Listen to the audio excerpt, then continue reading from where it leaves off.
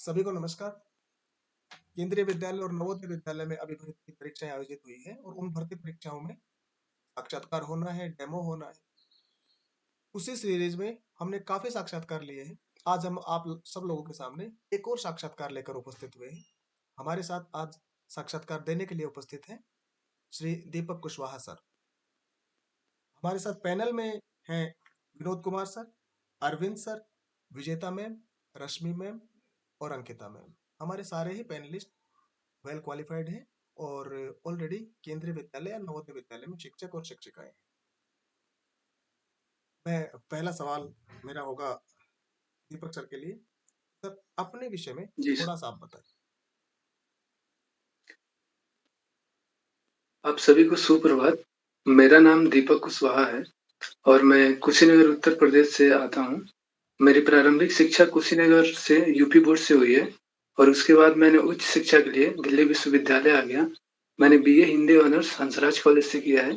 फिर तत्पश्चात मैंने बीएड केंद्रीय शिक्षा संस्थान डीयू से किया है और उसके बाद मैंने अपना स्नातक की पढ़ाई किरोड़ीमल कॉलेज दिल्ली विश्वविद्यालय से किया है। और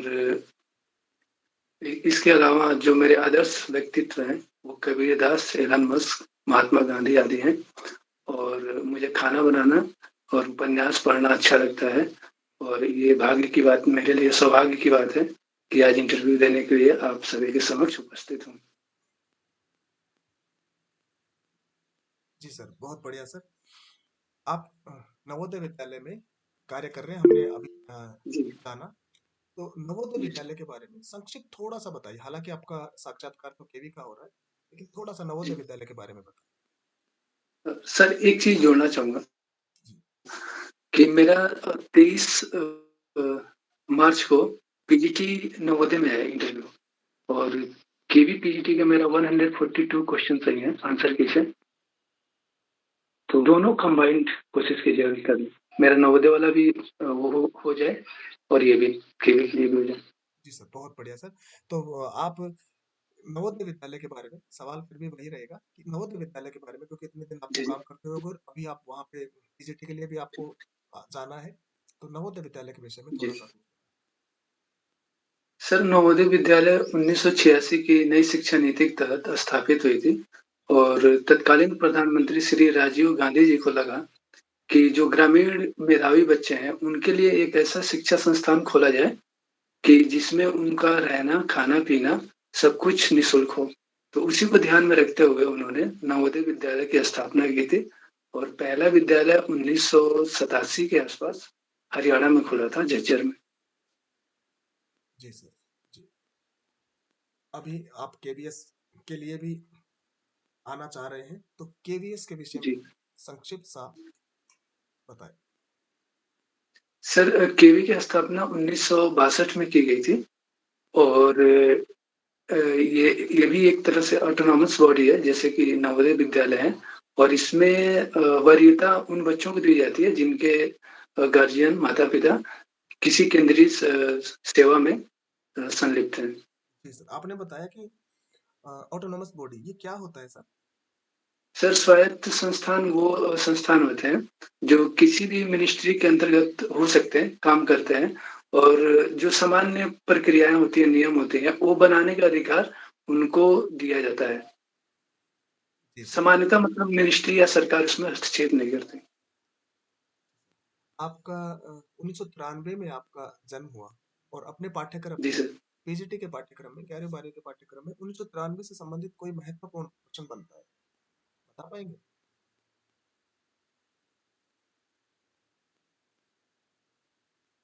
चलो कोई बात नहीं सर, 1993 में एफएम की शुरुआत हुई थी।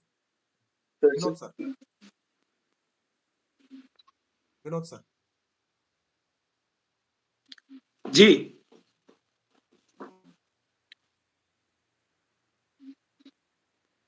हाँ सर, घनश्याम ये बोलिए। अगला सवाल बोलिए। सवाल सवाल पूछे सर। नहीं, अरविंद सर को बोलने वाले थे। अच्छा, अरविंद सर। हाँ, अरविंद सर, मैं चाहूंगा अरविंद सर। जी सर। दीपक सर, पहली चीज तो जी मैं ये सर। जानना चाह रहा हूँ कि आप जैसे पीजीटी का इंटरव्यू देने जा रहे हैं जी। तो कक्षा 11 और 12 के लिए 2 तरह के कोर्स चलते हैं, उनके नाम क्या हैं? और जो किताबें लगी हुई है हमारे कोर्स में, है ना? केवीएस में, है ना? उनके नाम क्या है? वो बताएँ एक बार मुझे। सर माफ़ी चाहूँगा, अभी सिर्फ़ जो हिंदी के क्षेत्र में लगे हैं, उनके बारे में मुझे पता है। आरोह हिंदी का भाग ही 1 और हाँ, भाग 2, विज्ञान जी। भाग 2। हाँ, एक और किताब है 11वीं-12वीं में। मीडिया लेखन, अभिव्यक्ति और माध्यम। सर, हाँ, अभिव्यक्ति अभिव्यक्ति और माध्यम। जी, ठीक है। सर मुझे ऐसा बताएँ कि साहित्य के क्षेत्र में दिए जाने वाले जो पुरस्कार हैं, जी, जी। है ना? उसमें सबसे बड़ा पुरस्कार कौन-सा माना जाता है? सर भारत के संदर्भ में ज्ञानपीठ पुरस्कार को सबसे बड़ा माना जाता है, जो केवल साहित्य के क्षेत्र में ही दिया जाता है। अच्छा, अभी कुछ दिनों पहले एक बड़ा पुरस्कार भारत हिंदी की किसी कृति को मिला है ना? जी, जी। मेन बुकर प्राइज़, वो किस कृति जी, को जी। मिला है? सर गीतांजलि श्री की कृति है द टॉम उसी को मिला। इसका अनुवाद किसने किया है? सॉरी सर, अनुवाद भूल रहा हूँ। अच्छा डेज़ी रॉकवेल ने अनुवाद किया है। तो ठीक। दरअसल ये जो सम्मान मिला है, ये आप मुझे बताएँ कि गीतांजलि श्री को की किताबी रेत समाधि पर मिला है या डेज़ी रॉकवेल के अनुवाद पर मिला है? सर अ, जो जो लेखिका हैं गीतांजलि श्री रेत समाधि, ये तो मूल जो किताब है, उसी का रूपांतरण किया गया ट्रांसलेशन के माध्यम से। हाँ, ये ये कह सकते हैं कि काफ़ी हद तक इसका प्रभाव रहता है कि ट्रांसलेशन अच्छा हो और लेखक या लेखिका जो विचार और जो भाव व्यक्त किए हैं, उनको हूबहू वैसे उतारा जाए। तो फिर भी पूरा श्रेय लेखिका को ही जाता है नहीं सर, और मैंने तो सीधा सवाल पूछा है कि दोनों में से किस कृति गीतांजलि श्री की रेत समाधि किस कृति पे मिला है या डेज़ी रॉकवेल ने जो अनुवाद किया है, टॉम्ब ऑफ सेंड उस पर मिला है? दोनों में से किस कृति पर मिला है मुख्य रूप? सर टॉम ऑफ सेंट के लिए मिला। हाँ, क्योंकि वो अंग्रेजी अनुवाद पर ही है ना? जी, जी। ठीक है। मिला दोनों को है, दोनों को संयुक्त रूप जी, से मिला है लेकिन क्योंकि मुख्य रूप से उनको दिया जाता है। एक और अभी ताज़ा सवाल हुआ है, व्यास सम्मान 2022 जी। किसको दिया गया है?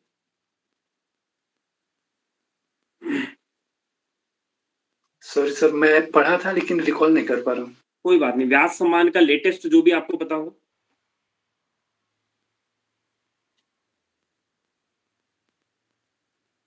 नहीं रिकॉल कर पा रहा हूँ, कौन सॉरी। देता है व्यास सम्मान?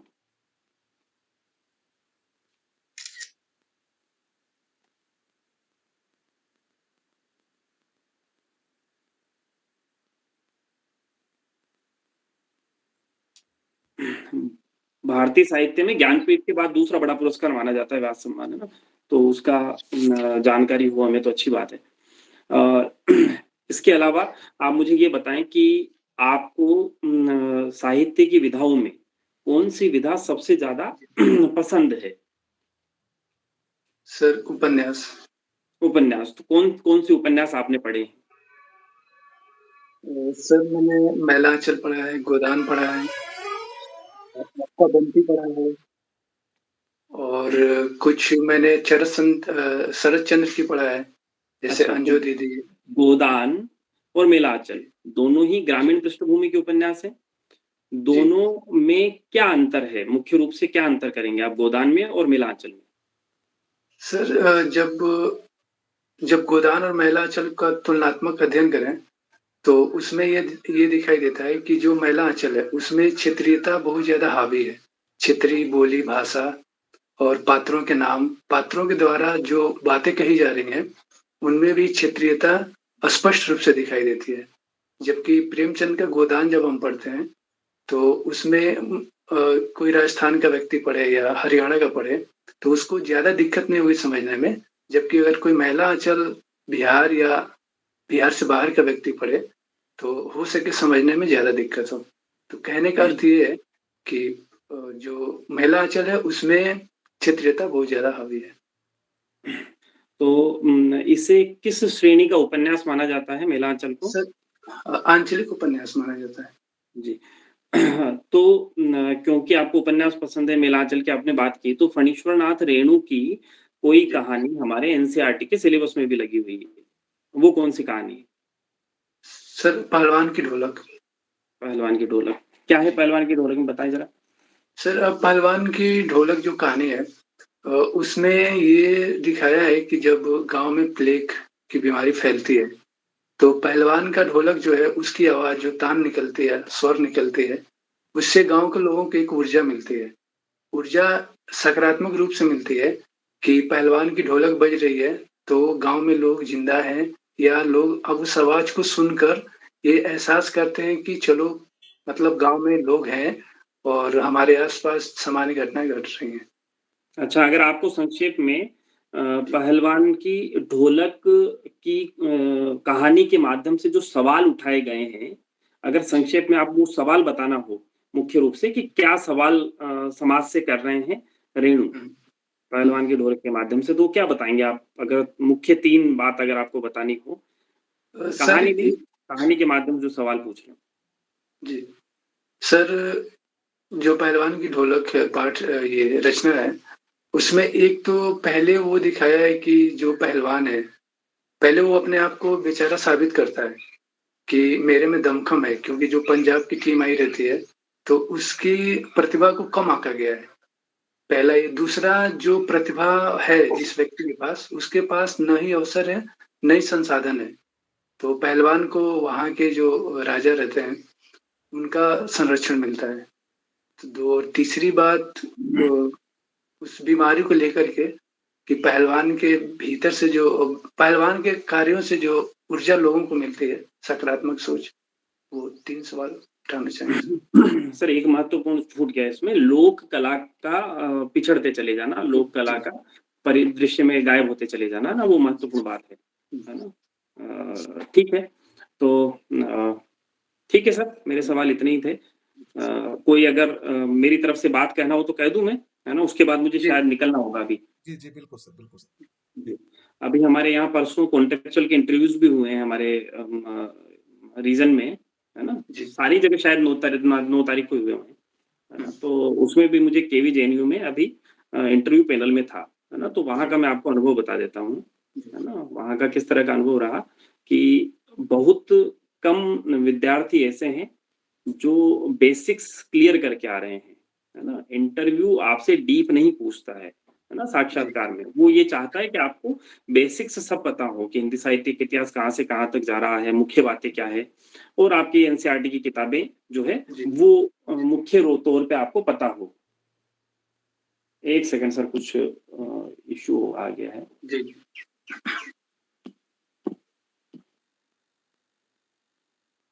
जी सर। सर अभी थोड़ी देर में जॉइन कर लेंगे, 1 सेकंड में जॉइन कर लेंगे। क्योंकि सर को अभी जाना है और अभी वो अपना जो अनुभव है ना, वो यहाँ साझा कर देंगे जो सबके लिए बड़ा फ़ायदेमंद जी, होगा। जी सर। हाँ सर, तो एनसीईआरटी की किताबें जो है, वो तो आधार है ही और उसके अलावा क्योंकि हमने हिंदी साहित्य ग्रेजुएशन और पोस्ट ग्रेजुएशन में पढ़ा है ना? तो जी, उसकी बेसिक्स तो हमें कम से कम पता हो। तो बहुत ज़्यादा बच्चे ऐसे हैं जिनको नहीं पता है ठीक है सर। और क्या मुझे मेरा इनका सर का जो रिव्यू है वो भी अभी दे देना है, घनश्याम सर? जी, बिल्कुल सर, क्योंकि अभी आप चले जाएँगे ना, तो फिर हाँ, हाँ, तो दीपक सर का मुझे लगता है कि ज्ञान बहुत अच्छा है ना? और ये उम, इनसे जो बातचीत की है, उसके द्वारा समझ में आ रहा है, बस ये जो कुछ आपका अभी करंट जो चल रहा है साहित्य में, है ना? उसको एक बार और आपको थोड़ा-सा देख जी, लेना चाहिए, वो अच्छा रहेगा। व्यास सम्मान की जैसे मैंने बात की, तो 2022 का भी कल घोषित हुआ है, पागलघर नाम का उपन्यास है। अच्छा। ज्ञान चतुर्वेदी जी का, उनको मिला है व्यास सम्मान, उससे पहले महाबली नाटक है असगर वजात जी का, उनको मिला था। हाँ, है ना? महाबली में नाटक तो जी। बस वो थोड़ा-सा जो अपडेटेड चीज़ है वो एक बार देख लेनी है ना? बाकी मुझे तो दीपक सर का तो ठीक है बहुत सर। अच्छा लग रहा है ना? ये तो इनके लिए शुभकामनाएँ हैं खूब, है ना? कि आए हमारे थैंक यू सर। साथ में। जी, जी सर। हो गया सर? जी, तो बहुत-बहुत धन्यवाद जी, सर। जी, जी। Thank sir you sir. को साहित्य के क्षेत्र में और वर्तमान साहित्य के क्षेत्र में अरविंद सर को काफ़ी रुचि है और वो स्वयं भागीदारी कर रहे होते हैं। तो इन सर ने जो बताई है ना यही चीजें थोड़ा सा लास्ट में मैं और थोड़ा विस्तार करूंगा इसका बेसिक्स का और एनसीईआरटी जो सर ने बताया, क्योंकि जिस तरह की चीजें हुई है ना इस समय, क्योंकि केवीए ने ही खुद 2 लेटर इशू किए हैं कि भाई आपका ये एग्जाम दोबारा होगा, मीन्स कहीं ना कहीं तो लग रहा है कि कुछ गड़बड़ हुआ है। तो उसको ध्यान में रखते हुए जब अब साक्षात्कार होंगे तो साक्षात्कार पैनल को अनुमान है, सिर्फ कहीं से कोई खबरें नहीं है, हम तो सिर्फ अनुमान लगाते हैं कि अनुमान ये है कि वो जी बेसिक्स पूछेंगे।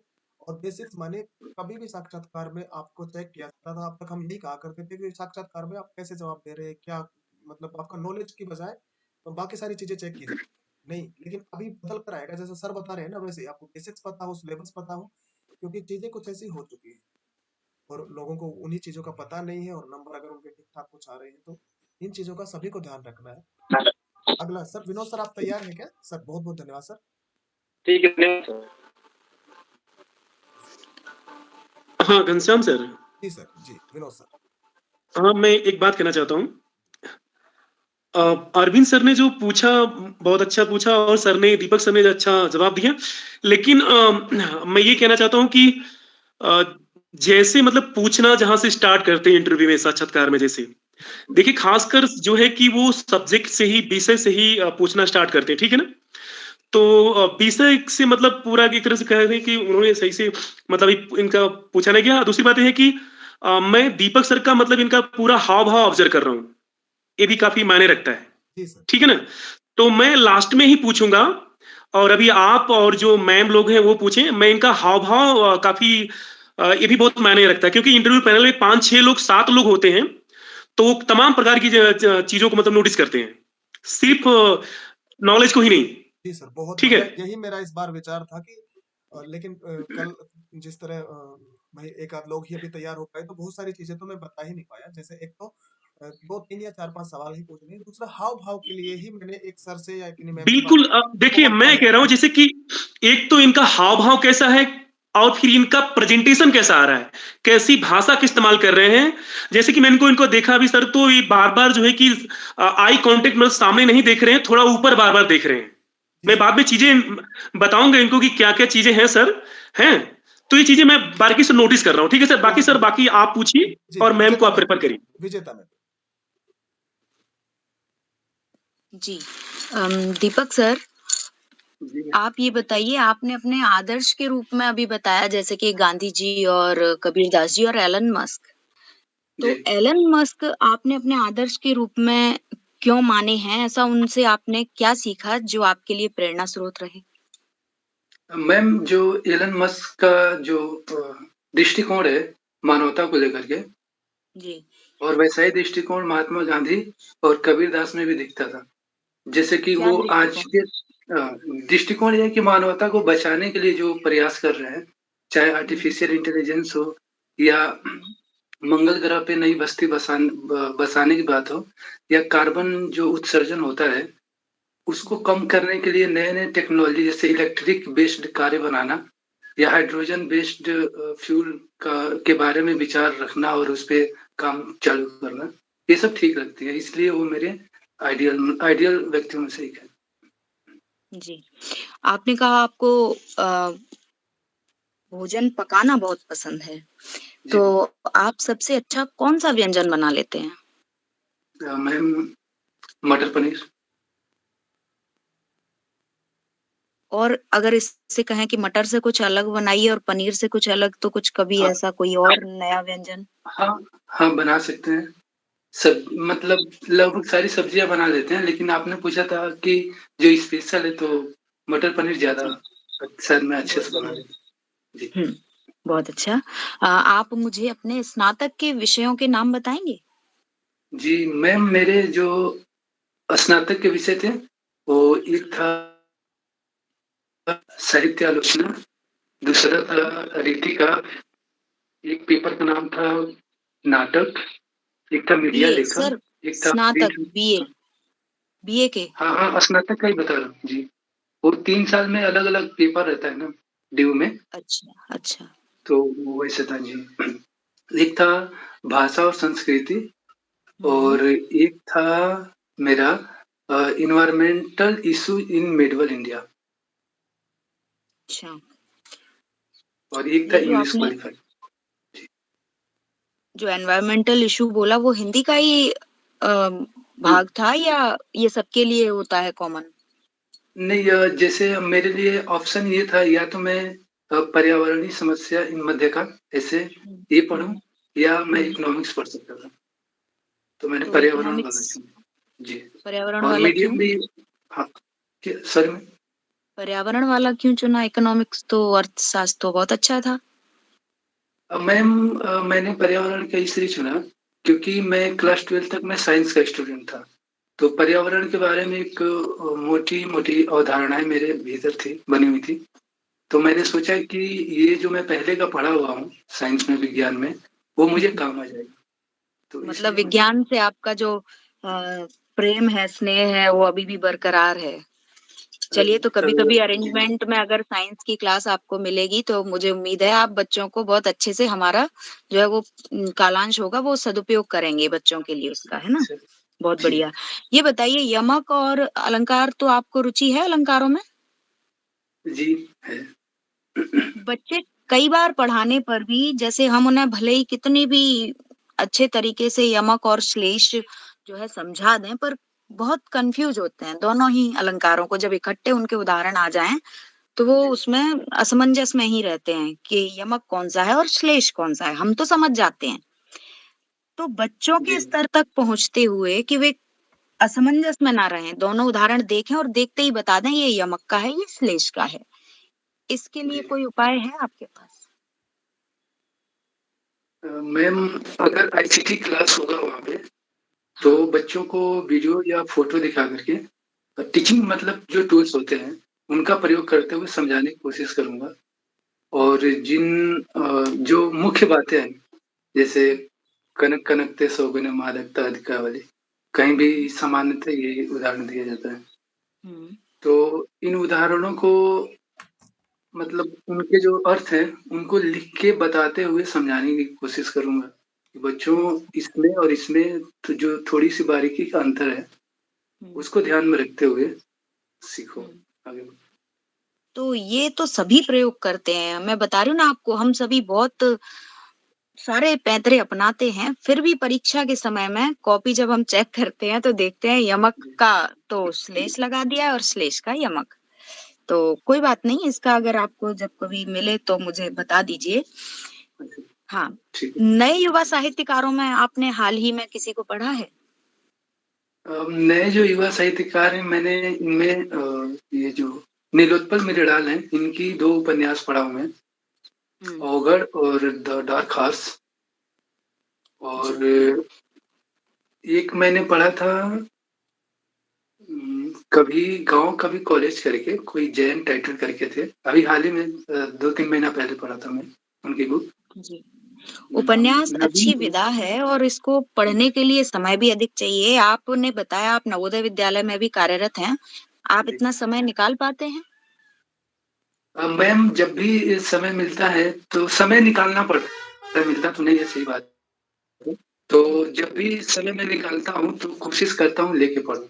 अभी मैंने हाल ही में 10 दिन पहले नंगा तलाई का गाँव पढ़ा था, हुँ, विश्वनाथ त्रिपाठी का। हुँ। क्या उसमें क्या है उसकी विषय वस्तु संक्षिप्त में? मैं हाँ, मैम, विषय वस्तु वो संस्मरणात्मक लेख है। वो अपने गाँव के बारे में और अपने समाज के बारे में लिखे हैं कि वो पढ़ने से ये फ़ायदा हुआ कि आज के 90 साल, 80 साल पहले का भारत का ग्रामीण क्षेत्र कैसा था, खासकर बस्ती जिले का। जी, हास्य रस का कोई उदाहरण सुना सकते हैं आप?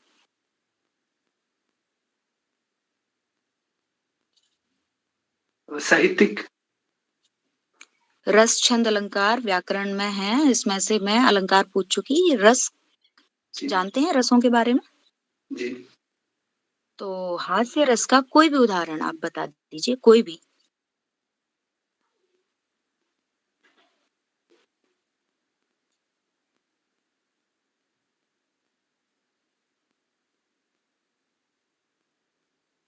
कोई बात नहीं। मैं अपने से फादर जोड़ ने के बोल सकता हाँ, हाँ, कोई आप मैं बोल रही हूँ ना कोई भी बताइए जस्ट मुझे क्या है ना बहुत देर हो गई, हँसना है। हूँ। अच्छा, ठीक है। वो आँख बहुत प्यारी थी जिसने मुझे मारी थी। मुझे तो बाद में पता चला यारो, उन्हें तो बाबा रामदेव वाली बीमारी थी। गज़ब! हालाँकि जी सर। हाँ। माफ़ी चाहूँगा इसमें जब भी हम मज़ाक उड़ाते हैं किसी का, तो कहीं न कहीं वो लिंग हो सकता है, जाति हो सकता है, धर्म हो सकता है या व्यक्ति बिल्कुल। विशेष की दिव्यांगता हो सकती है, वो केंद्र में आ जाते हैं। तो जी, इसके लिए ये क्षमा चाहूँ बहुत अच्छी बात बताई आपने क्योंकि हम जब कक्षा में होते हैं तो हमारे पास सभी प्रकार के बच्चे होते हैं और इसका हमें ध्यान रखना चाहिए। लेकिन कई बार ऐसा होता है ना कि बच्चों के साथ बच्चा बनने के लिए ऐसा भी करना पड़ता है, तो हम चंदू के चाचा वाला उदाहरण भी जो है बच्चों को अनुप्रास के लिए बता देते हैं। तो वो उससे जब कनेक्ट हो जाएँगे तब वो आपसे पढ़ेंगे आगे का। तो ये चीज़ें ना अपने पास खजाने के रूप में तब रखिए जब कक्षा को आपको ठीक, बहुत ही रोचक बनाना है। जी, धन्यवाद सर। ठीक है। जी। रश्मि मैम, जी, घनश्याम सर। रश्मि मैम, सर रश्मि मैम। आवाज़ नहीं आ रही।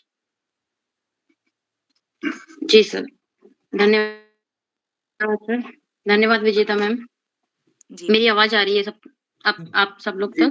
जी मैम। जी मैम। दीपक जी, मेरी आवाज़ आ रही है आपको? जी मैम। जैसे कि आपने लिखा है अपनी प्रोफ़ाइल में कि आप पहले से नवोदय विद्यालय में शिक्षण कार्य कर रही हैं।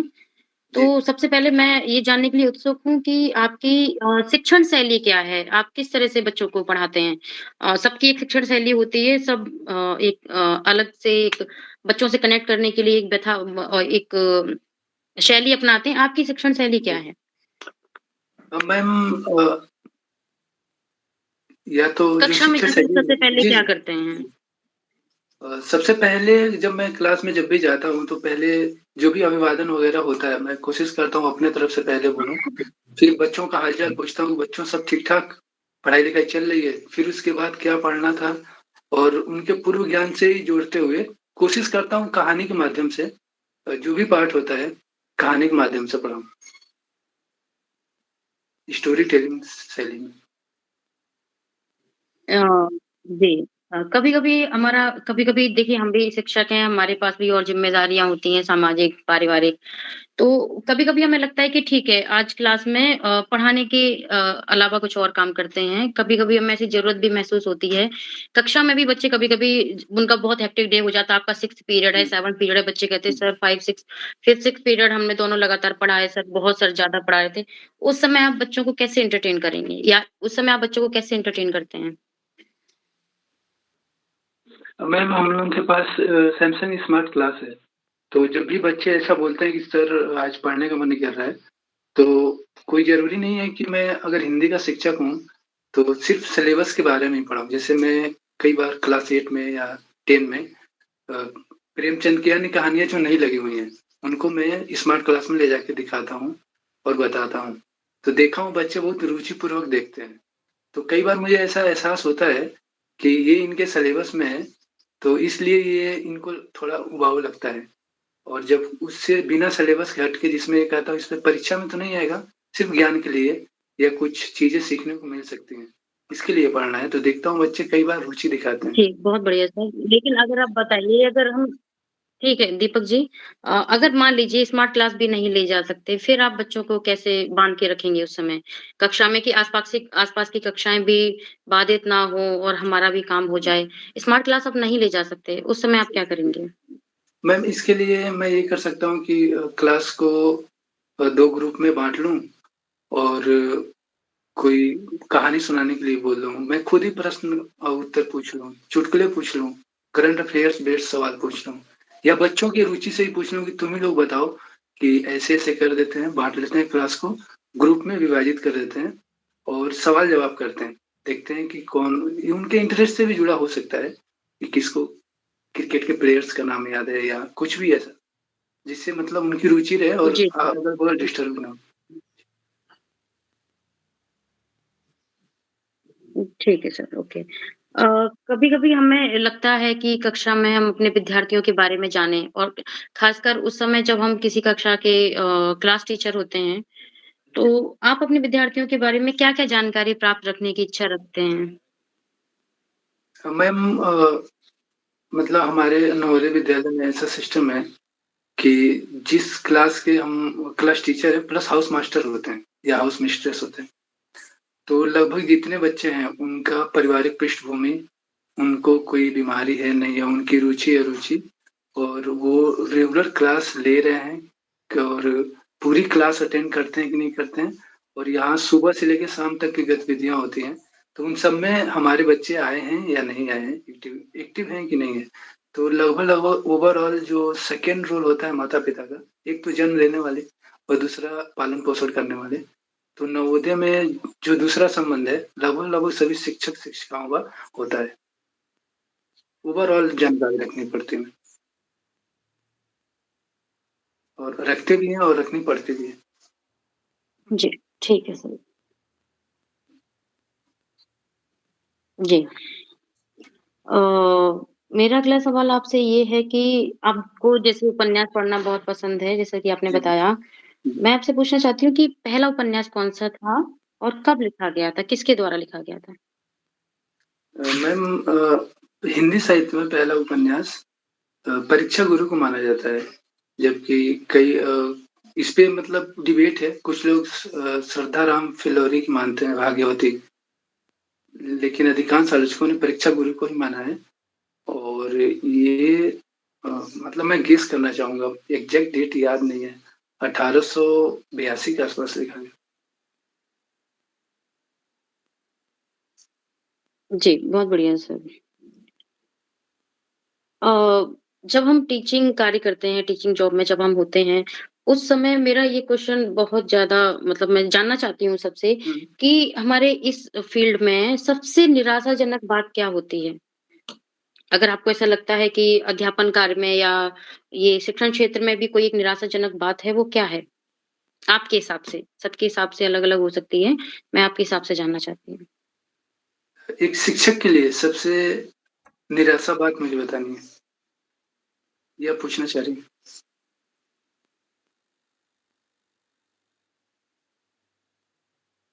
हाँ जी, शिक्षक के लिए सबसे निराशाजनक बात क्या होती है?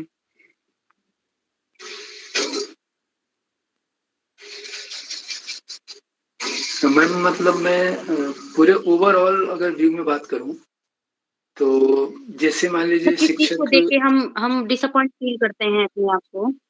जी, जी, जी।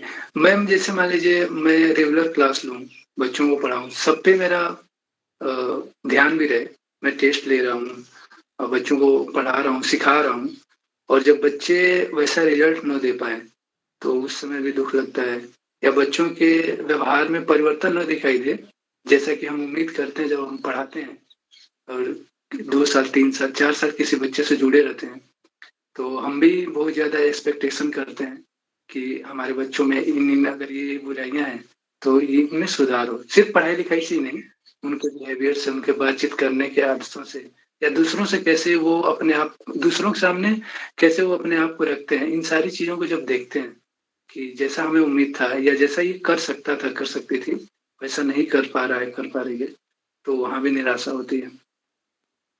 और इसके अलावा और भी मतलब बहुत सारे मुद्दे हैं, जहाँ शिक्षिका कोई भी ईमानदारी से कहें, तो निराशा होगा या होगी, जैसे कोई अपना पूरा अटेंशन दे विद्यालय को और अगर उसको छुट्टी लेना हो, ना मिले, तो भी निराशा हो सकती है। कलीग से सपोर्ट ना मिले, तो भी निराशा हो सकती है। या उसकी कोई पर्सनल समस्या हो और विद्यालय मैनेजमेंट समाधान कर सकता है और लगे कि जानबूझ के समाधान नहीं किया जा रहा है, या मुझसे और किसी चीज़ की अपेक्षा कर रहे हैं, जो मेरे स्वभाव में नहीं है, तो भी निराशा हो सकती है। तो निराश होने का मतलब बहुत सारे कारण हैं।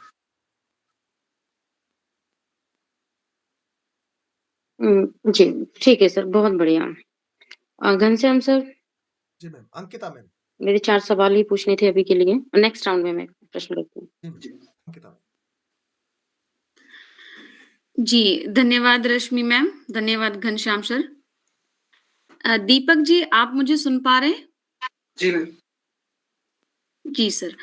जैसा कि आपके प्रोफ़ाइल में मैंने देखा कि आपने स्नातक दिल्ली के हंसराज कॉलेज से की है। जी मैम। और सर मैंने ये भी देखा कि आपने अपनी 10वीं और 12वीं उत्तर प्रदेश से पूर्ण की है। तो जब जी। आप उत्तर प्रदेश से उच्च शिक्षा के लिए दिल्ली स्थानांतरित हुए, जी। तब आपने ये जानने का प्रयास भी किया होगा कि यह कॉलेज कब खुला जी। और इस जी। कॉलेज की विशेषता क्या है? तो मेरा प्रश्न यहीं से है सर कि हंसराज कॉलेज की स्थापना वर्ष क्या है? मैम 1948, जुलाई 1948।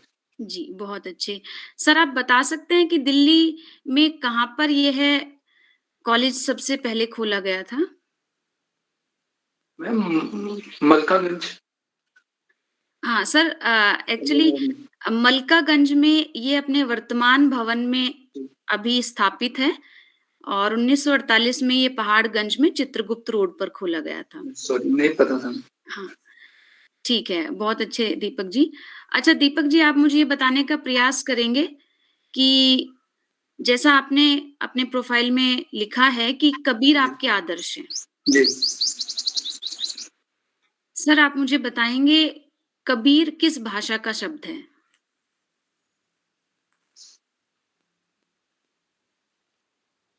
मैं सिर्फ एग्जैक्ट नहीं जानता, गेस करना चाहूँगा। कोई बात नहीं, आप गेस कर लीजिए। फारसी। पारसी भाषा का शब्द नहीं है दीपक जी, ये अरबी भाषा का शब्द है। और चूँकि आपने अपने प्रोफाइल में लिखा है कि कबीर आपके आदर्श हैं, तो मैं आपसे ये पूछना चाहूँगी कि कबीर का साहित्य वर्तमान समय में भी प्रासंगिक हो सकता है? यदि हो सकता है तो किस प्रकार? 2 पंक्तियों में आप अपना उत्तर दीजिएगा। जी मैम, कबीर का जो साहित्य है वो वर्तमान में प्रासंगिक इस संदर्भ में है, जहाँ भी हम समता की बात करें, जहाँ भी भारत के जितने भी धर्म हैं उनमें समानता की बात करें। हालांकि तत्कालीन समय में वो हिंदू मुस्लिम को लेकर के बात किए थे, तो जब भी हम समता और एकता की बात करें तो वहां पे कबीर जिंदा है आज भी। ठीक है दीपक जी।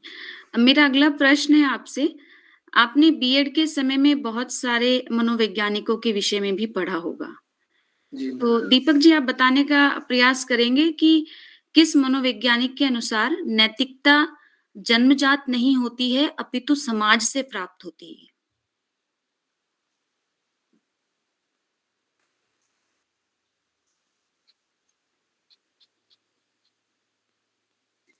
मैम शायद कोलबर्ग। आपका जवाब ठीक है दीपक जी।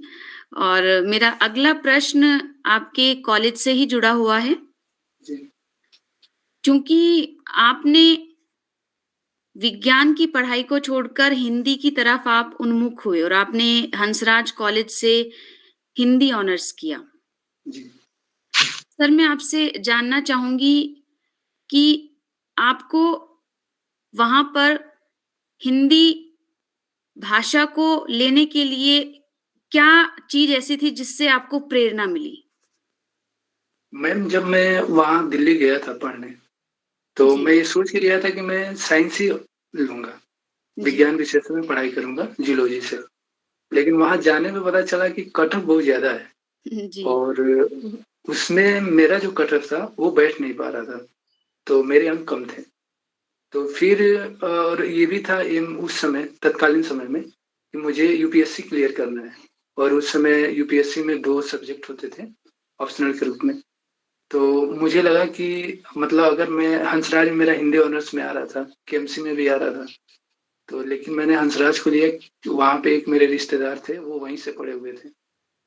तो इसलिए लिया था कि भविष्य में यूपीएससी भी दूँगा और मेरा ऑप्शनल भी तैयार हो जाएगा और हिंदी में ठीक-ठाक मतलब विकल्प हैं रोजगार के क्षेत्र में। जैसे राजभाषा अधिकारी के लिए सिर्फ हिंदी वाले ही जाते हैं। संसद में भी निकलता है पोस्ट। एक बार मैंने उसका मेंस दिया था राज्यसभा का, तो उसमें भी हिंदी वालों के लिए अलग से वैकेंसी आती है और बाकी सामान्य जो प्रतियोगी परीक्षाएँ होती हैं उसमें तो हम लोग जाते ही हैं, टीचिंग है, फिर विश्वविद्यालय प्रोफेसर का पोस्ट है इत्यादि। तो अगर वो नहीं होता है तो ऐसे करके भी हिंदी पढ़ना मतलब नुकसानदायी नहीं है और पहले से भी मतलब हिंदी में थोड़ा बहुत कहानियाँ वगैरह पढ़ने की रुचि थी, तो इसलिए मैंने लिया था। जी दीपक जी, तो हम कह सकते हैं कि आप परिस्थितियों के अनुरूप अवसर की खोज कर लेते हैं। शायद अब कह सकते हैं। अब यहीं से मेरा एक प्रश्न है सर, जी। यदि आप केंद्रीय विद्यालय संगठन में आते हैं, जी। मान लीजिए आपका जॉइनिंग जो है वो थोड़ा लेट होता है किसी भी कारण से, जी। आपके पास समय बहुत कम है अपने पाठ्यक्रम को पूर्ण करने के लिए।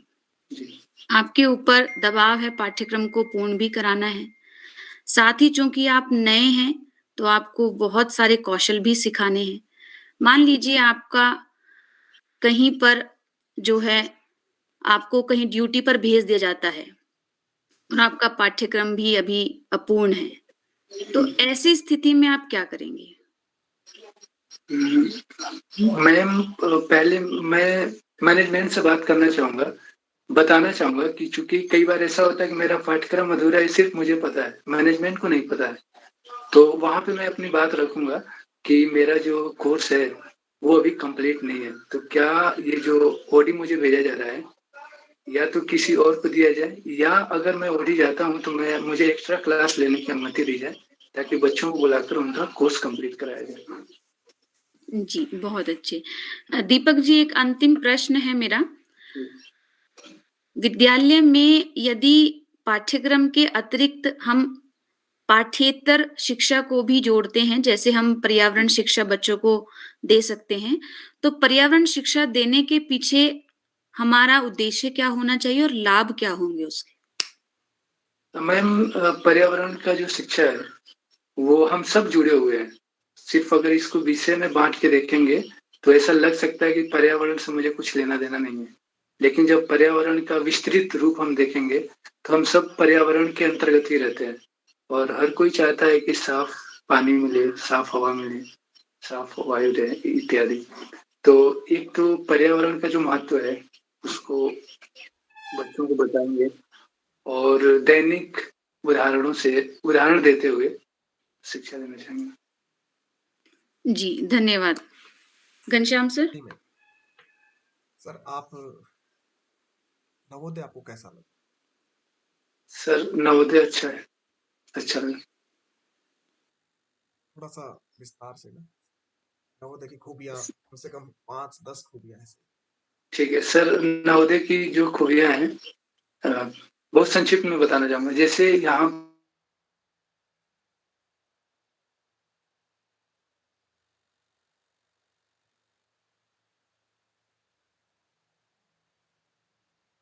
आपकी आवाज़ नहीं आ पा रही सर।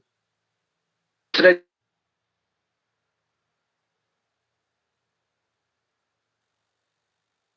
आवाज़ रुक गई। सर की आवाज़ नहीं आ पा रही है, तो थोड़ी देर में सर की आवाज़ आ जाएगी। तब तक मैं बता दूँ कि अभी जैसे ही हम जी सर। सर, अब मेरी आवाज़ आ रही है? अब आ रही है। आवाज़ आ रही है? हाँ सर। जी। नवोदय की। तो सर एक तो नवोदय में नवोदय का मतलब 24 घंटे बच्चे यहाँ हमारे साथ रहते हैं। टीचर और बच्चों में जो संबंध होता है, शायद ही नवोदय के बाहर किसी विद्यालय में होगा, पहला। दूसरा ये है कि हम जैसे जो डे स्कॉलर स्कूल होते हैं, वहाँ पे हम बच्चों को सिर्फ़ क्लासरूम में पढ़ा-लिखा सकते हैं, निर्देश दे सकते हैं, समझा सकते हैं। यहाँ पे बच्चों को खेलते हुए देखते हैं, खाते हुए देखते हैं, पहनते हुए देखते हैं। किसी को कोई बीमारी हो गई तो उसमें हम मदद करते हुए एक-दूसरे से बातचीत करते हैं। तो हम बच्चों से ज़्यादा घुल-मिल जाते हैं, बच्चे भी हमसे घुल-मिल जाते हैं। तो जो एक फॉर्मल इंस्टीट्यूशन में होता है टीचर स्टूडेंट के बीच गैप, वो नवोदय में गैप नहीं होता है। तीसरी चीज़ है नवोदय की कि यहाँ पे सुपरविज़न और रेमेडियल की क्लासेस चलती हैं, जो अन्य विद्यालयों में शायद कहीं-कहीं चलती होंगी, कि जो कमज़ोर बच्चा है, उस पे हम विशेष ध्यान दे सकें। चौथा फ़ायदा ये है कि ये एक कैंपस के भीतर ही सारे शिक्षक-शिक्षिकाएँ रहते हैं और बच्चे भी रहते हैं। जी सर, बहुत बढ़िया। जब इतनी सारी खूबियाँ हैं, तो फिर आप केंद्रीय विद्यालय क्यों जॉइन करना चाहते हैं? सर एक तो मैं जो नवोदय विद्यालय में पढ़ा रहा हूँ, मेरा पोस्ट टीजीटी है, और केंद्रीय विद्यालय में मैं पीजीटी के लिए जा रहा हूँ। तो एक तो मेरा पोस्ट बढ़ा होगा, फिर उसी के हिसाब से मेरे ग्रेड, पे ग्रेड इत्यादि बढ़ेंगे। तो एक लाभ मुझे ये दिखाई दे रहा है। दूसरा ये है कि जो केंद्रीय विद्यालय है, वो डे स्कॉलर स्कूल है। तो और नवोदय विद्यालय है, यहाँ पे मतलब टीचर जो है वो वार्डन के रूप में भी काम करता है। तो कहीं न कहीं हमारे जो पढ़ाने की शैली है, या जो और हम बच्चों को चीज़ें सिखा सकते हैं, पढ़ा सकते हैं, या साहित्य में क्या चल रहा है, जैसे मैं हिंदी का हूँ, तो मेरे साहित्य में नई चीज़ें क्या चल रही हैं, चाहे टेक्नोलॉजी के रूप में, या क्या इस हिंदी साहित्य में विज्ञान वगैरह है, आ रहा है कि नहीं आ रहा है, इत्यादि हम ज़्यादा पढ़ नहीं सकते, प्रिपेयर नहीं कर पाते, टाइम नहीं मिल पाता है। और केंद्रीय विद्यालय डे स्कॉलर स्कूल है,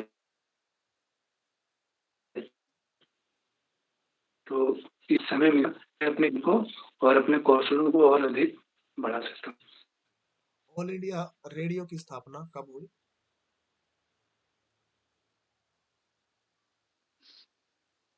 सॉरी सर, एग्जैक्ट डेट याद नहीं आ रहा, 1928-30 का। 1936 में।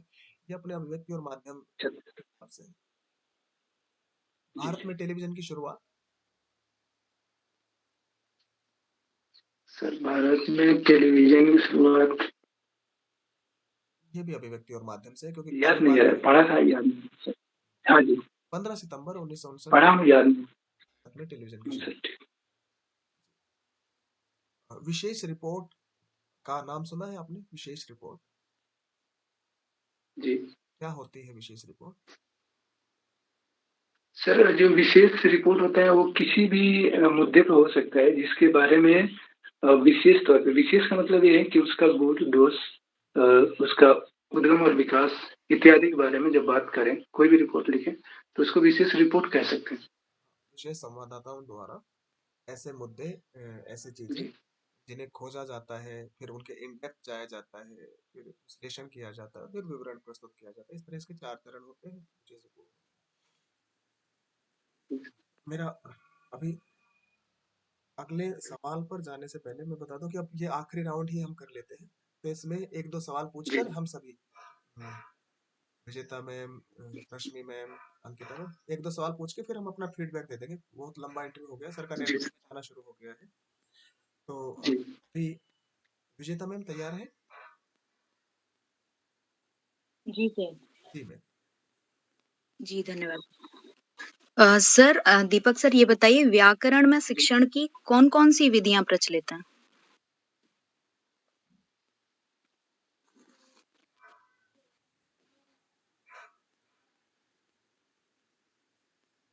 मैम, व्याकरण में खेल विधि के माध्यम से पढ़ा सकते हैं। जी, आप खेल विधि का इस्तेमाल करेंगे। जी जी जी। जैसे किसी अगर आपको अनुमति हो तो एक उदाहरण देके बता सकते हैं। हाँ, बिल्कुल। मैम, जैसे मान लीजिए संज्ञा है, ठीक है, तो संज्ञा और उसके संज्ञा भेद 5। संज्ञा नहीं, संज्ञा नहीं। अच्छा संज्ञा की बजाय आप ठीक है, समास ले लें। समास ले लीजिए। जी तो मैम, जैसे इसका मैंने एक संक्षिप्त बनाया हुआ है कि समास और उसके प्रकार, तो बच्चों को प्रकार याद करने में, याद रखने में बहुत दिक्कत होता था, देखा, तो उसका एक ट्रिक है दीदी अब तक। तो डी डी अब तक, तो एक द से द्वंद, एक द से द्विगु, व से बहुब्रीहि, त से तत्पुरुष, क से कर्मधारय। तो ऐसे बच्चों को ग्रुप में बांट के और उनको मतलब पहले तो लिखवा देते हैं ब्लैक बोर्ड पे दिखा करके, और फिर खड़ा करा करके, मतलब जो रोल प्ले होता है उसके माध्यम से। बहुत बढ़िया। किसी और देख कविता लीजिए, की और पंक्ति सुना बच्चे दीजिए देखते हैं, आप। नहीं, काफी धन्यवाद, मैं समझ गई। जी दीपक सर, मैं समझ गई। किसी कविता की 4 पंक्तियां या कोई कविता आपकी प्रिय हो, उसको सुना दीजिए। पुस्तक से हो या अन्य कोई। जी जैसे सिद्धि हेतु स्वामी गए, ये गौरव की बात, पर चोरी चोरी गए, यह बड़ा वैघात। सखी व मुझसे कहकर जाते, क्या वे अपनी पथ में बाधा पाते। यशोधरा की लाइन में। जी, यहाँ यशोधरा किससे कह रही हैं अपने मन की व्यथा? अपने कह रही है। जी, फिर से कहिए, मैंने सुन नहीं पाया। मैम, वो अपनी सखी से, मतलब गौतम बुद्ध जब उनको बिना बताए चलिए, ज्ञान के लिए घर छोड़ देते हैं, ज्ञान प्राप्त करने के लिए, कविता तो की वो कवि शिकायत, कौन है? मैं मैथिली शरण गुप्त है। गुप्त जी हैं। जी अगर आप सस्वर वाचन करने को कहा जाए लयबद्ध तरीके से, जी तब? क्योंकि ये ऐसा लगा जैसे आपने सिर्फ पढ़ दिया एक साधारण रूप से, जबकि एनसीईआरटी में तो इतनी अच्छी-अच्छी कविताएं हैं जिनका आप सस्वर वाचन भी कर सकते हैं। जी तो मैम फिर गा के सुनाएंगे। हाँ, कोई गा के सुनाने का प्रयास करेंगे आप? मैम ये कबीर की जो दोहे साखियाँ है ना, एक उनको सुना दीजिए। गाने में मैं ज़्यादा मतलब बहुत सहज हूँ। बढ़िया। जी, बहुत बढ़िया, सुना दीजिए, स्वागत है। सुनो। ऐसी बानी बोलिए मन का आपा खोए, औरों को शीतल करें, आपो शीतल हो। ऐसे करके सुनिए। जी सर, धन्यवाद सर। जी, घनश्याम सर। अच्छा, फीडबैक अगले में देंगे, ठीक है मैम। ठीक। रश्मि मैम। जी सर। 1 मिनट दीजिए सर, 10 सेकंड दीजिए।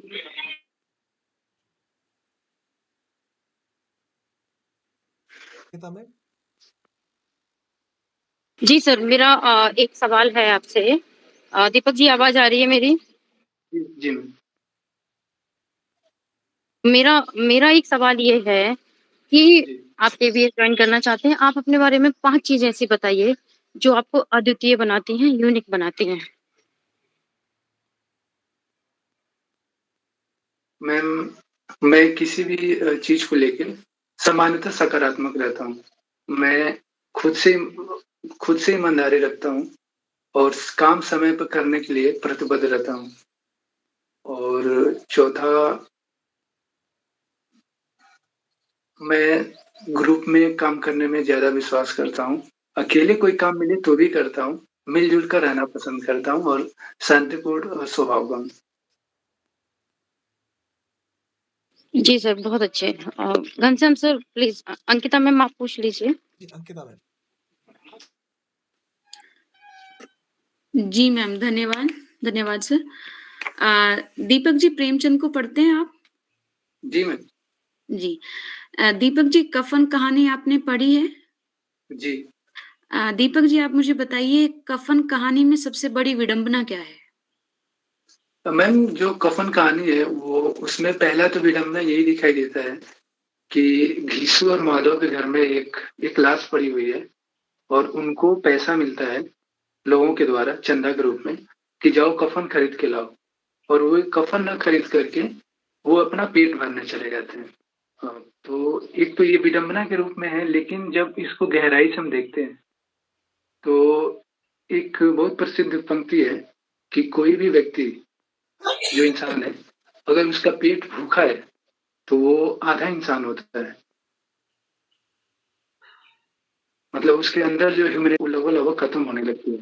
तो अगर हम इंसानियत दिखाएंगे तभी जब हमारा पेट भरा होगा।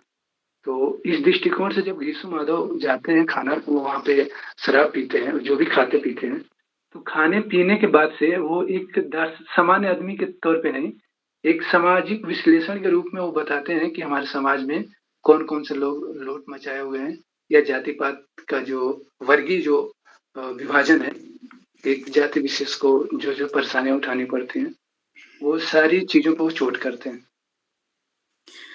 दीपक जी, आपने कहा कि जो भूख और प्यास है वो एक तरह से आप उसको पहली प्राथमिकता दे रहे हैं, ज़रूरत समझ रहे हैं।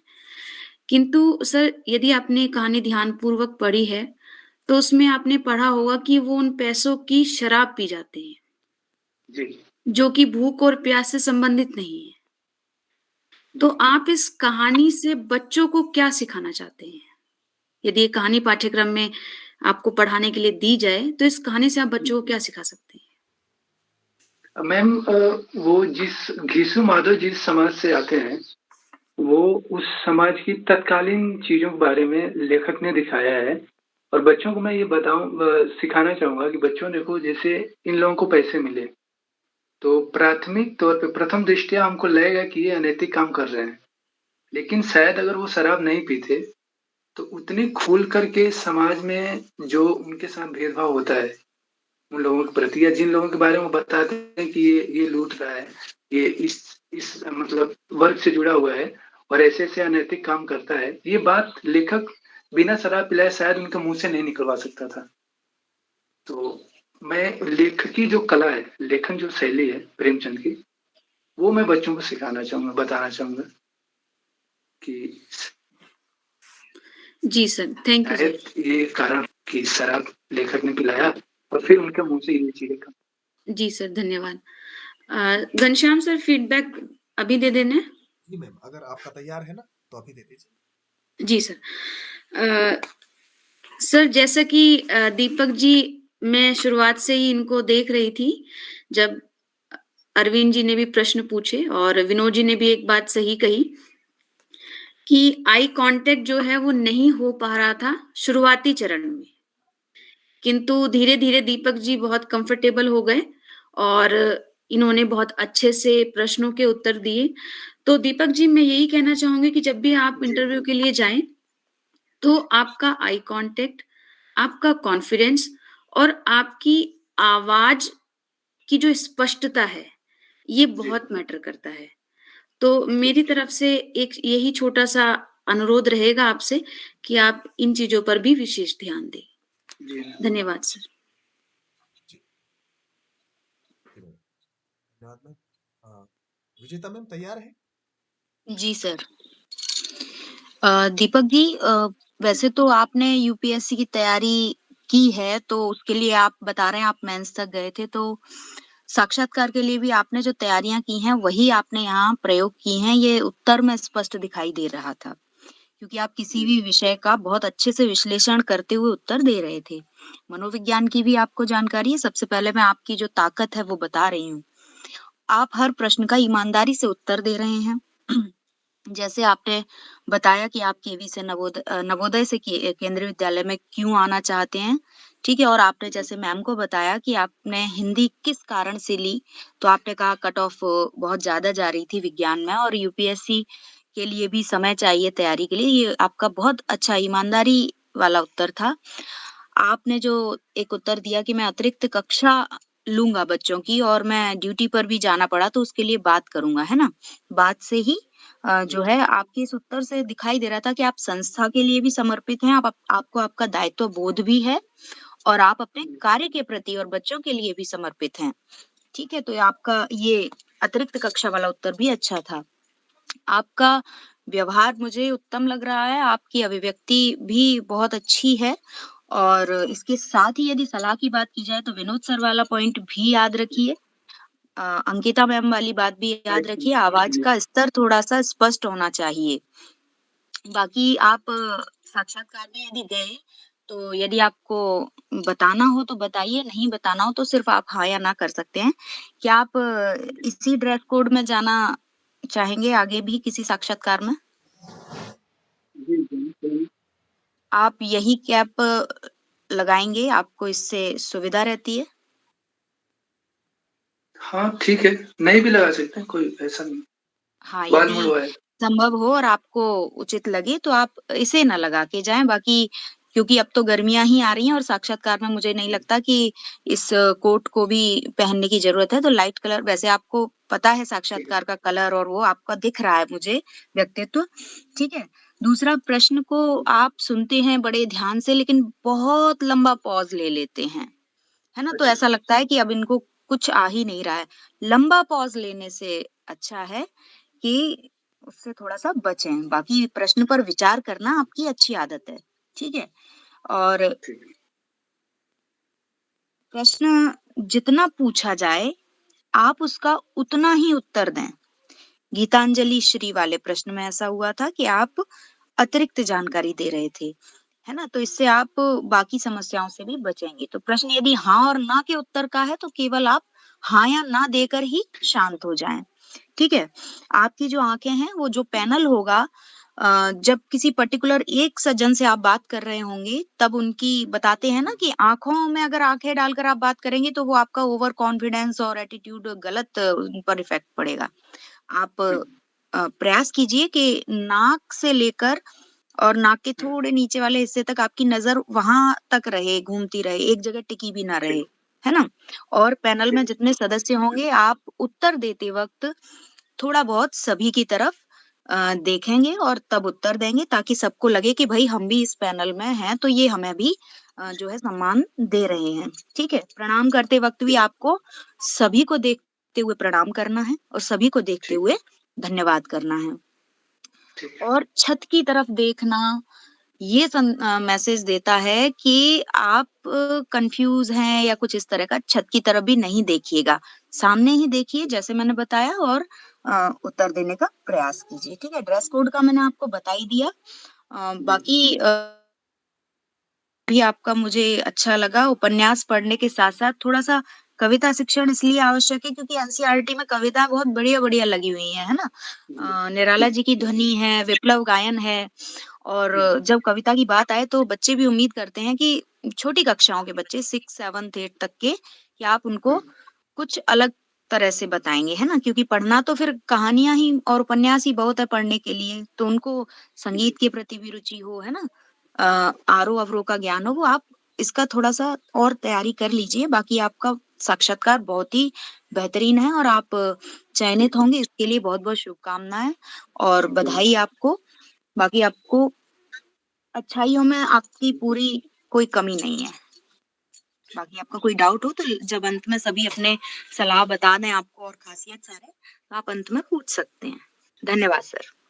बहुत धन्यवाद मैम। विनोद सर?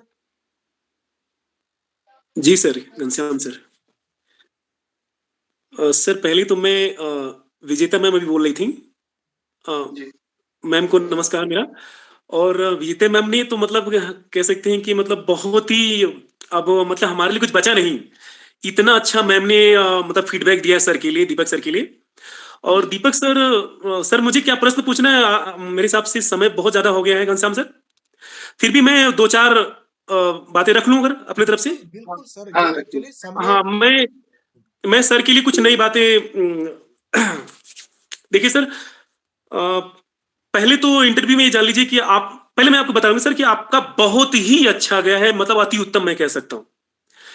पहले तो आप एनवीएस में हैं, तो ये आपके लिए एक प्लस पॉइंट है। दूसरे बात में आप शिक्षक हैं, ये हो गया। फिर उसके बाद आपने नेट किया है, तो आपसे आप पीएचडी क्यों नहीं किया आपने, तो वो उसका भी एक रीजन हो जाएगा कि आपने अरुणाचल में वहां पे मतलब बॉर्डर पे रह पाए, वहां में समय नहीं दे पाया, वो यूपीएससी के में भी आ गया सर। ठीक है, वो तो चीज।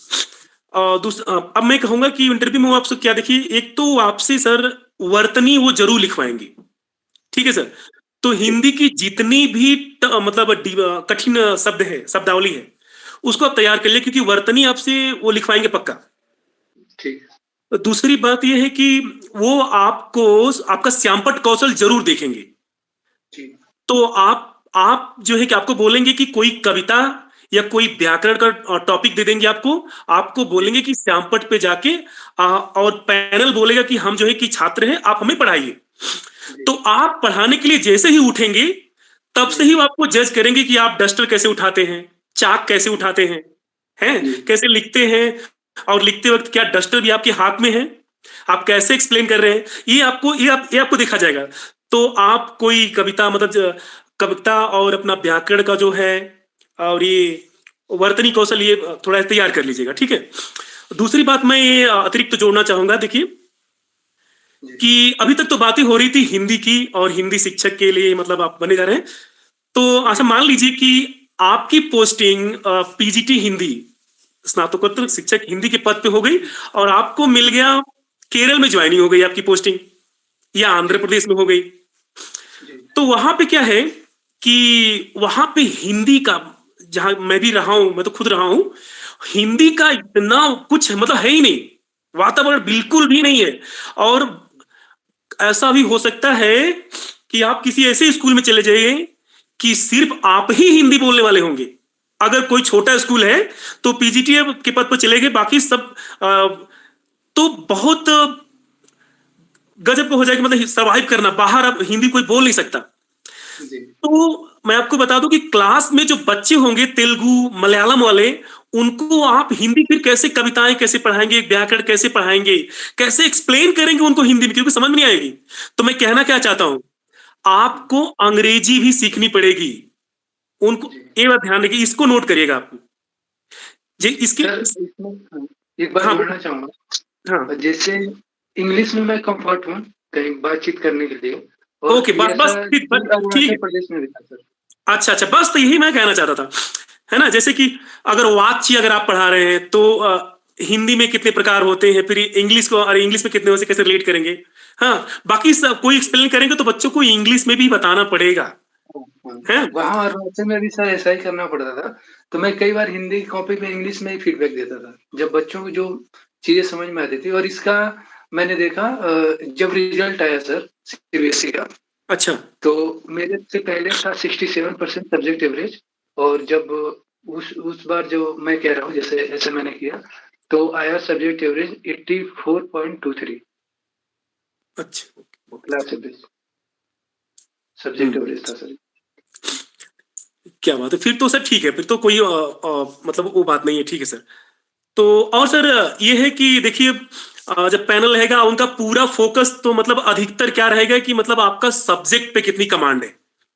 तो आपसे व्याकरण से क्वेश्चन ज्यादा पूछेंगे, खासकर वर्णमाला पोर्शन से, है ना, कि वर्णमाला में कितने स्वर, कितने व्यंजन, अनुनासिक स्वर, व्यंजन, ये संघर्ष, स्पर्श, कंठ कौन से, ये पक्का पूछेंगे, ध्यान रहे, ये सब अच्छे से कवर कर लीजिएगा, जी सर। ठीक है जी बस। बाकी सर आपका बहुत ही अति उत्तम है, आपका व्यवहार, आपका जो प्रेजेंटेशन था, है, सब बहुत अति उत्तम है दीपक सर, बहुत ही अच्छा है, जान लीजिए। और आपको केवीएस जो पैनल जो इंटरव्यू लेगा, आपको केवीएस में शिक्षक का मतलब एक पद देने के लिए वो जरूर मतलब उसके लिए आप मतलब क्या कह सकते हैं हम, वो ऐसा छोड़ेगा नहीं केवीएस की, नहीं आप जैसा शिक्षक हो चाहेगा कि आप केवीएस में आए।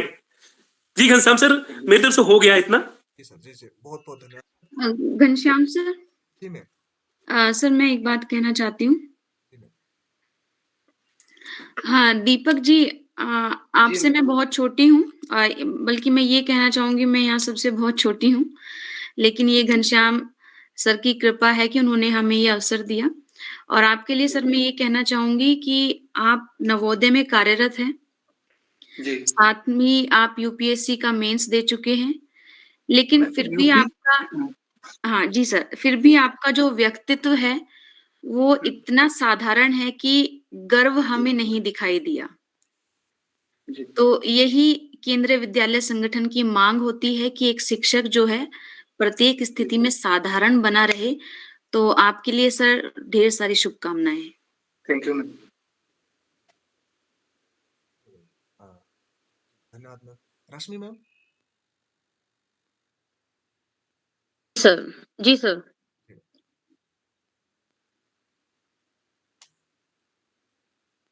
तैयार है मैम?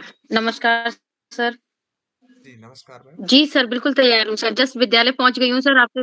जी सर।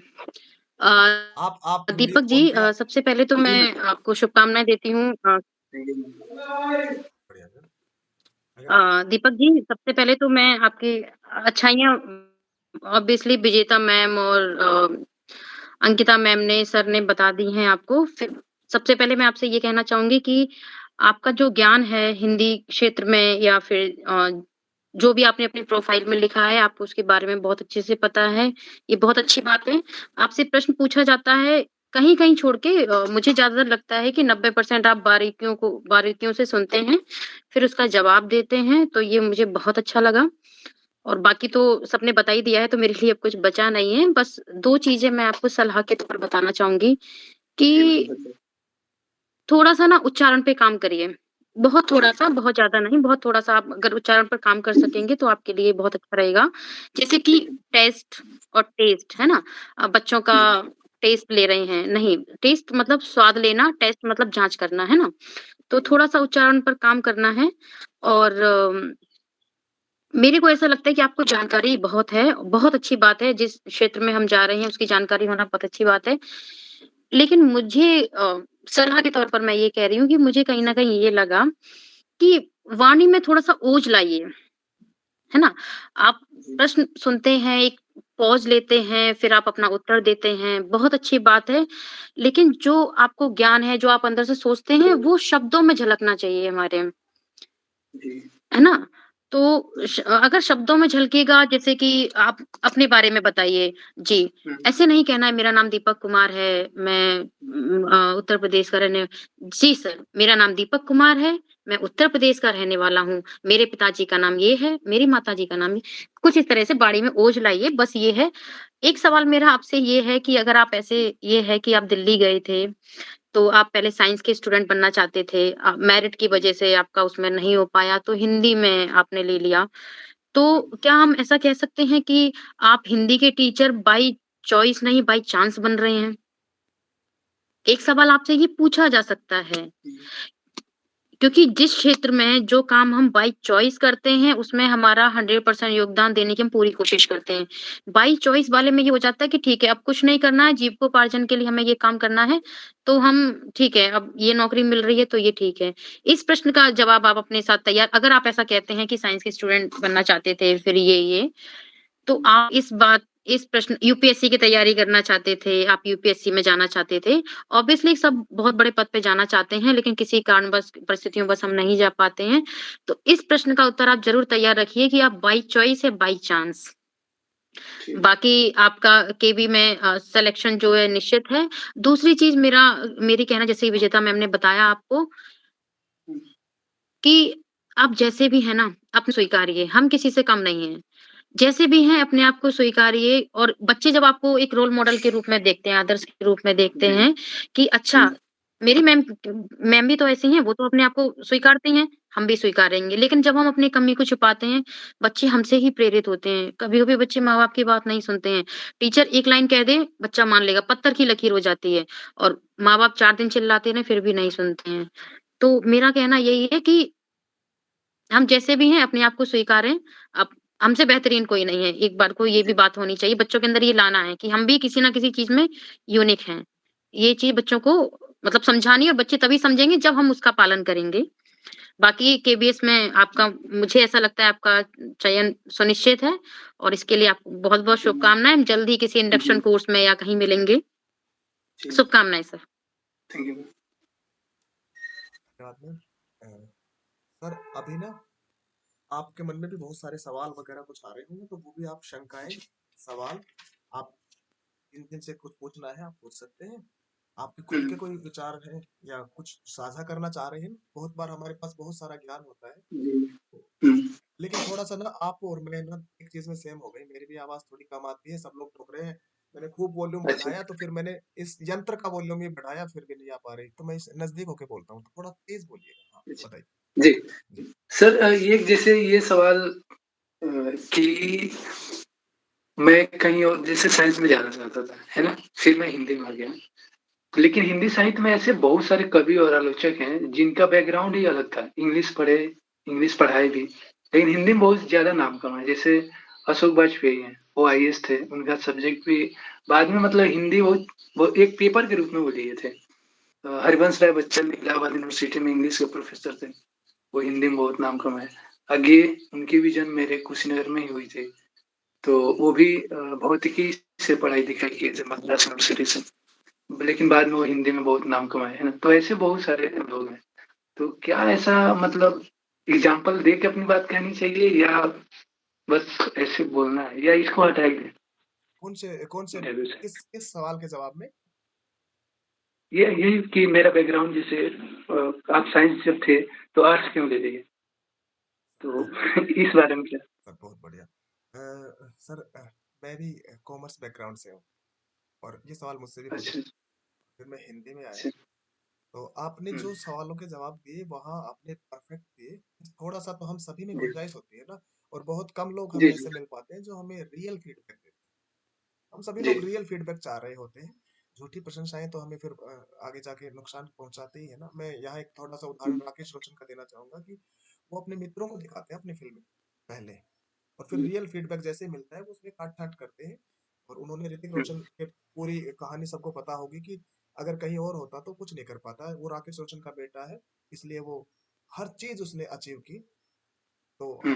नहीं अगर कोई जानते तो एक बार सर्च कर लेंगे ऋतिक रोशन के संघर्ष को, तो हम जान पाएँगे।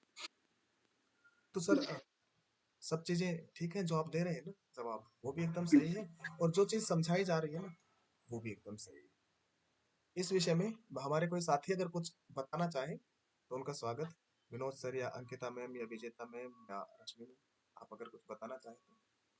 नहीं तो दीपक सर, इस जी सॉरी, कौन, कोई और बोल रहा है? नहीं, मैं ही जी बोल रही हूँ। हाँ दीपक सर, इस जी तरह जी के प्रश्नों को जानने का उद्देश्य होता है सामने वाले के व्यक्तित्व में ईमानदारी का पता लगाने के लिए, ओके कि सामने वाला कितने अच्छे तरीके से अपने द्वारा की गई इस गतिविधि का उत्तर दे सकता है। तो आपने बहुत अच्छे से जी इसका उत्तर दिया विज्ञान वाले प्रश्न का। तो जी ईमानदारी तो वास्तव में यही थी कि एक तो कट ऑफ वाली बात और एक यूपीएससी वाली बात। तो बस जी आप इसी तरह से अपनी ईमानदारी बरकरार रखते हुए उत्तर देंगे तो पैनल को वो पसंद आता है। यहाँ उद्देश्य ये ठीक नहीं है कि आप अलग बैकग्राउंड से हैं तो हमारे बैकग्राउंड में, मतलब हमारे हिंदी क्षेत्र में आ रहे हैं तो नहीं आपको वहीं जाना था, ऐसा कुछ भी नहीं है। इन सभी प्रश्नों के पीछे कहीं न कहीं आपके व्यक्तित्व को जानने का प्रयास किया जाता है। हम्म, बस और कुछ नहीं, ईमानदारी से उत्तर ठीक दीजिए अपना, उदाहरण के साथ जो भी आपका रहा हो, है ना? हम्म, बने, स्मार्ट बने ठीक या तो वो आपका बनावटी व्यक्तित्व भी उनकी पकड़ में आसानी से आ जी जाता है। जी तो अर्थात बनावटी नहीं, ईमानदार रहिए। और हाँ, एक चीज़ सर, एक चीज़ ये थी कि सिर्फ़ जी हास्य रस के उदाहरण में सर मुस्कुराए थे, बाकी कहीं मुस्कुराए नहीं, और जब मुस्कुराए थे तो बहुत ओ अच्छे लगे थे दीपक सर, अभी बहुत अच्छे जी लग रहे हैं, है ना? तो ये वाली जी आपकी जो क्यूट सी स्माइल है इसको बरकरार रखिए। धन्यवाद। थैंक यू अ, और तो जी सर, और जी। एक चीज ना और पूछना है सर। हुँ, हुँ। जैसे मैं यहाँ अपने स्कूल में भी मॉक इंटरव्यू दिया था एक दो बार, जब हम लोग सामने बैठ के आमने सामने दे रहे थे, तो ये लोग भी बोले ना कि आप में ना कॉन्फिडेंस नहीं दिख रहा है, थोड़ा कॉन्फिडेंस में बोलिए। और सर मैं ये आज तक मैं जान ही नहीं पाया कि कॉन्फिडेंस लाए कहाँ से। मतलब मुझे सारी चीजें पता रहती हैं, लेकिन पता नहीं क्यों मैं वैसे नहीं बोल पाता हूँ। मैं बहुतों को जानता हूँ, वैसे देखा भी हूँ, कुछ पूछिए तो नहीं बता पाते हैं, लेकिन बहुत कॉन्फिडेंस में वो लोग बोलते हैं। अच्छा, आवाज का, मैम का आंसर है आवाज। ठीक है, मैं आवाज में सुधार करूंगा और जोर से बोलने की कोशिश करूंगा और मुस्कुराते हुए। ठीक है, थैंक यू। सर, आपने जो बात बताई ना कॉन्फिडेंस हम्म, की, तो आपको क्या लगता है आप में कॉन्फिडेंस है या नहीं? सर कॉन्फिडेंस तो मेरे में बहुत है, लेकिन मैं शायद व्यक्त नहीं कर पाता या अपने बॉडी लैंग्वेज से सामने वाले को बता नहीं पाता। आप आपको बताता हूँ। इन्होंने जी जिन्होंने भी हम मार्गदर्शन किया ना, उन्होंने ये बिल्कुल नहीं कहा। उन्होंने कहा कि लगता है ऐसा। मतलब जी जी सामने वाला पेन गिर गया। सामने वाला पता नहीं उन चीज़ों को ऐसे ना ले ले इंटरव्यू में।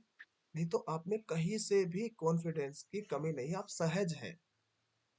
ठीक। सहजता, सादगी, सरलता वो, लेकिन दुनियादारी अलग है ना। जैसे अभी आपने बताया कि मेरे कई साथी हैं या कई लोग हैं ऐसे, जिनको भले ही हम्म, ज्ञान उतना है नहीं है, लेकिन कॉन्फिडेंटली हर बात बोलते हैं, तो सामने वाला जी इम्प्रेस जी होता है, हाँ यार इतने कॉन्फिडेंस से बोल रहा है तो हम्म, सही ही होगा, है ना? तो मुझे सही। आपका कॉन्फिडेंस एकदम ठीक लग रहा है और वहाँ पे बहुत सारे लोगों को ठीक लगेगा। लेकिन हाँ, ये बात सच है कि जब हम शुरुआत में बोल रहे होते हैं तो एकदम से लग रहा होता है कि हम्म, क्या इनको ज्ञान है, क्या ये बोल पाएंगे? तो आप इस सहजता के साथ जो है ना कंटिन्यू करिए। थोड़ा सा अगर आपको खुद को फील होता है ना कि हाँ मुझे करना हम्म, चाहिए थोड़ा सुधार, सभी लोग कह रहे हैं, तो सभी लोग हम्म, इसलिए कह रहे हैं ना कि दुनिया में वही चलता है, तो दुनिया के जी हिसाब से जी हमें होना पड़ेगा। हम तो दुनिया को बदल, तो वैसे हम सभी सुधार कर रहे हैं। तो अगला सवाल आप। ठीक है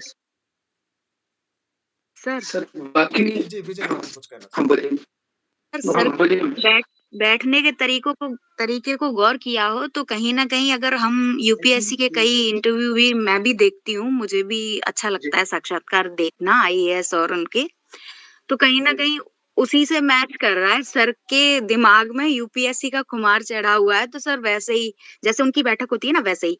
लैंग्वेज टीचर जो है, बैठक आपकी सही है लेकिन कह रहा है ना आत्मविश्वास, तो जब बात आती है लैंग्वेज टीचर की तो वो कक्षा में अगर 6 के बच्चों के साथ जा रहा है तो वो 6 के बच्चों की तरह उछलना, कूदना, मुस्कुराना, ऊधम मचाना, लोकगीत वाला पाठ है तो उनके साथ लंगुरिया पे नच लेना, है ना? कक्षा का वातावरण उत्साहित सा जी बना देता है। तो कहीं न कहीं आप अपने दिमाग में जब केवी का इंटरव्यू देने जा रहे हैं, तो जी यूपीएससी वाली जो एक होती है ना कि प्रेशर बहुत ज़्यादा होता है यूपीएससी वाले कैंडिडेट के ऊपर उस साक्षात्कार का, है हम्म, ना? क्योंकि आर्या पार हम्म, वाला वो है। यहाँ हम्म, शिक्षक वाले साक्षात्कार में जब आप जाएँ तो उसको दिमाग से निकाल दें। यहाँ जी, आप लैंग्वेज टीचर हैं, तो आप में थोड़ा बहुत बच्चा भी दिखाई देना चाहिए, है ना? जी, जी। बस। हाँ, जी। जी, अगला घनश्याम सवाल सर। आपका जी, बहुत बढ़िया मैम। ये चीज़ मैं दोबारा एक बार बोलूँगा क्योंकि डॉक्टर राधा कृष्ण सर्वपल्ली ने कहा था ना कि हम विलेन भी हैं, नायक भी हैं, खलनायक भी हैं, विदूषक भी, हम सब कुछ है बच्चे के लिए। मतलब हमें सब कुछ करना होता है। हम एक ही तरह से नहीं। तो ये वाली चीज़ उन्होंने कई साल पहले कह दी थी डॉक्टर सर्वपल्ली राधाकृष्णन ने कि हमें सब कुछ करना पड़ता है। हम डॉक्टर भी जाकर बनेंगे, कभी-कभी उनको विलेन लगेगा कि यार हमारे टीचर तो विलेन भी बन गए, कभी नायक बन गए, विदूषक, ये सारी चीज़ें चलती रहती है। सर आपका अगला सवाल?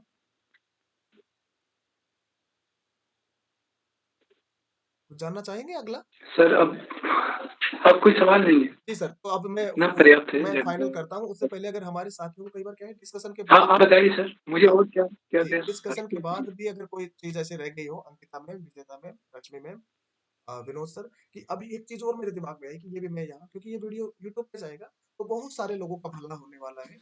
क्या पता कोई विशेष चीज़ किसी विशेष व्यक्ति के काम आ जाए। अगर आपके दिमाग में आई है तो रखिए मैम, बता दीजिए। नहीं है तो मैं आगे चलता हूँ। विजेता मैम, अंकिता मैम, रश्मि मैम, विनोद सर, नहीं है ना?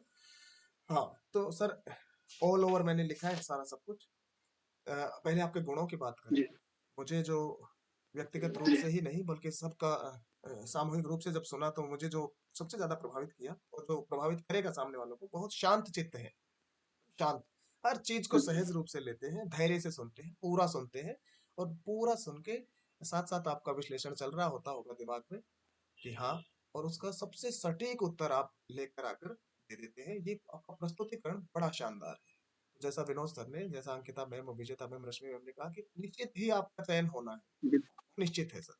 जी, ज्ञान अथाह भंडार है सर। आपसे अलग-अलग एरिया के सवाल इसीलिए पूछे गए क्योंकि आप जवाब देते गए। जी, जवाब देते गए तो फिर एक्सपेक्टेशंस बढ़ती चली जाती है।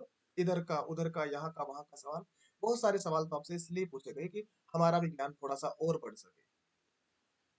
इसके बाद कभी-कभी ऐसा लगता है, हम सभी को लगता है और ये मुझे लग रहा है कि जी, ज्यादातर लोग जो योग्य है ना, सुयोग्य है, ये उन सभी को लग रहा होगा कि कहीं न कहीं जिन चीज़ों के लिए मैं बना था ना, जितनी मुझे योग्यताएँ थी, उतना मैं प्राप्त नहीं कर सका। और जी, दूसरी बात भी चल रही होती है कि अ, ये शायद सृष्टि का नियम है, सही नियम है कि हमें जो मिला है ना, हम उसके योग्य थे। और अगर और अगर कहीं से ऐसा लग रहा है, हो सकता है कि हॉर्न की आवाज़ आई होगी, दूर से गाड़ी निकली जी, होगी, तो हाँ, ठीक। अगर कहीं लगे कि कहीं कुछ कमी रह गई या कहीं मैं जी, जो अचीव करने के लिए इस संसार में आया था वो अचीव नहीं कर पाया, तो डेफिनेटली हुँ, अब हम अचीव करेंगे कि हमने सोचा ना ये बात, तो अब वो चीजें हमें मिल पाएंगी या उसके समकक्ष या उससे बड़ी चीजें भी मिल पाएंगी। तो वो जो चीजें शायद कहीं अगर रह गई तो वो आपकी लाइफ में आपको मिलने वाली है, आने वाली है। ये आपके व्यक्तित्व को देखकर, आपके सवाल सुनना और आपके जवाब देने के तरीके को देखकर हम सभी ने जान लिया। जी, सुधारात्मक जो है ना, सर वही चीज़ मुझे भी बार-बार बताया जाता है, लेकिन मुझे पता है हो नहीं पा रहा। आवाज़ पता नहीं मैं बहुत ज़ोर लगा के बोल रहा हूँ, लेकिन फिर भी भ भगवान जाने जी, कि वीडियो में कैसी आवाज़ आएगी जब यूट्यूब पे अपलोड होगा तो। आवाज़ का स्तर थोड़ा-सा और ठीक हो जाए। कुछ और नहीं, ठीक है। इतना सारा आपको अध्ययन किया है, लेकिन अभिव्यक्ति और माध्यम, क्योंकि ये बार-बार ये सभी जो भी लोग हमारा जी, वीडियो अभी सुनेंगे, उनको भी मैं बता दूँ कि क्योंकि ऐसी कुछ घटनाएँ घटी हैं, जब आप केंद्रीय विद्यालय की साइट पर जाकर देखेंगे तो वहाँ 1 या 2 लेटर ऐसे पड़े हुए हैं कि परीक्षाएँ दोबारा होंगी, तो बताने की ज़रूरत नहीं है कि वो क्यों, क्या, कैसे, ऐसे जो भी कुछ हुआ है। हुँ, शायद इस बार साक्षात्कार में जैसा कहा जा रहा है, ज इतने सारे लोग कह रहे हैं कि भई साक्षात्कार में आपसे सिर्फ़ आपका व्यक्तित्व देखा जाएगा, जवाब देने का तरीका देखा जाएगा, वो तो देखा ही जाएगा। अनुमान है सिर्फ़, कहीं से हमें कोई गुप्त सूत्र वगैरह हमारे नहीं है, सिर्फ़ अनुमान है कि आपसे आपके सब्जेक्ट रिलेटेड डीप नॉलेज पूछा जाना चाहिए, पूछा जाएगा।